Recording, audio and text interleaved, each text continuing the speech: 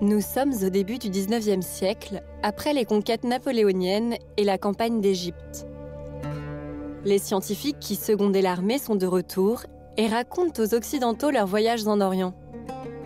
Les artistes sont fascinés par ces récits. Pour eux, l'Orient devient synonyme d'aventure.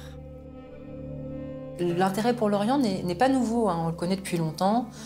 Déjà au XVIIe siècle, c'était très à la mode, par exemple, de faire son portrait à l'oriental. Tous les sujets qui sont liés au pays des mille et une nuits, ça a toujours plu. Mais ce qui va changer par rapport au XVIIe siècle et aussi au XVIIIe siècle, où il y a tout un engouement pour les turqueries, par exemple, c'est qu'on va essayer de traiter ça de manière plus réaliste, ou en tout cas plus vraisemblable. Ingres et Delacroix sont les initiateurs de l'orientalisme. Ingres qui ne part jamais en Orient et qui en rêvera toute sa vie.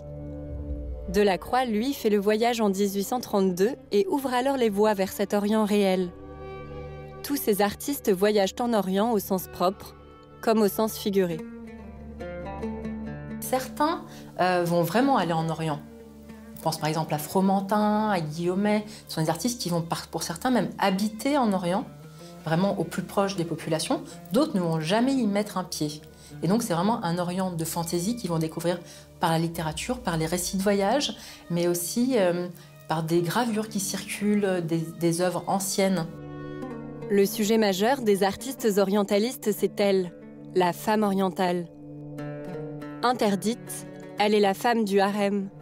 Elle participe à des bains turcs et elle est entourée d'un parfum d'érotisme. Elle fait fantasmer les artistes occidentaux. Delacroix est celui qui serait rentré dans un véritable harem lors du voyage de 1832 parce qu'il accompagne une mission diplomatique et de retour du Maroc, son bateau fait escale dans le port d'Alger.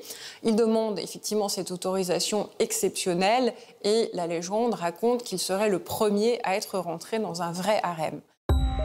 De ces voyages en Orient, les artistes rapportent des bijoux, des tissus, des objets et habillent des modèles qui sont en fait des modèles occidentaux. Alors, quelqu'un comme Charles Zacharie Lourdel, qui est en fait un portraitiste mondain célèbre à Paris et qui a aussi donné des peintures religieuses, avec ses peintures orientalistes et notamment ses portraits de femmes, aurait vraisemblablement déguisé des modèles.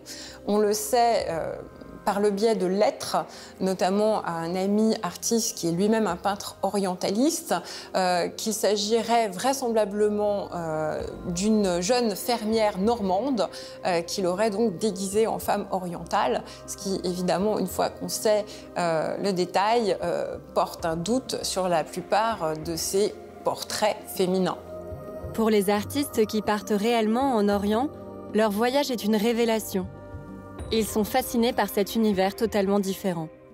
L'Orient les fascine aussi parce que c'est finalement une partie du monde qui est encore, pense-t-il du moins, à l'écart du progrès. Dans une société industrielle qui est extrêmement bouleversée par beaucoup de changements, là, ils ont l'impression de trouver un peu une terre qui est vierge de toute transformation par toutes les technologies modernes. Mais ce qui va le plus frapper les peintres, c'est la lumière de l'Orient. Cette lumière qui écrase tout, qui les éblouit et qui vraiment les aveugle même d'une certaine manière.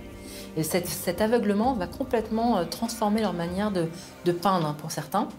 On peut penser au XXe siècle par exemple à Klee et Kandinsky pour qui ça va être un bouleversement incroyable. C'est-à-dire que c'est vraiment là où ils vont faire le passage à l'abstraction face à justement cet éblouissement, cette manière de ne pas pouvoir retransmettre finalement ce qu'on peut voir. Ça va être un des déclencheurs de ce passage assez révolutionnaire. Du romantisme à l'abstraction, en passant par l'impressionnisme ou le fauvisme, cette passion fictive ou réelle de l'Orient va considérablement bouleverser l'histoire de l'art.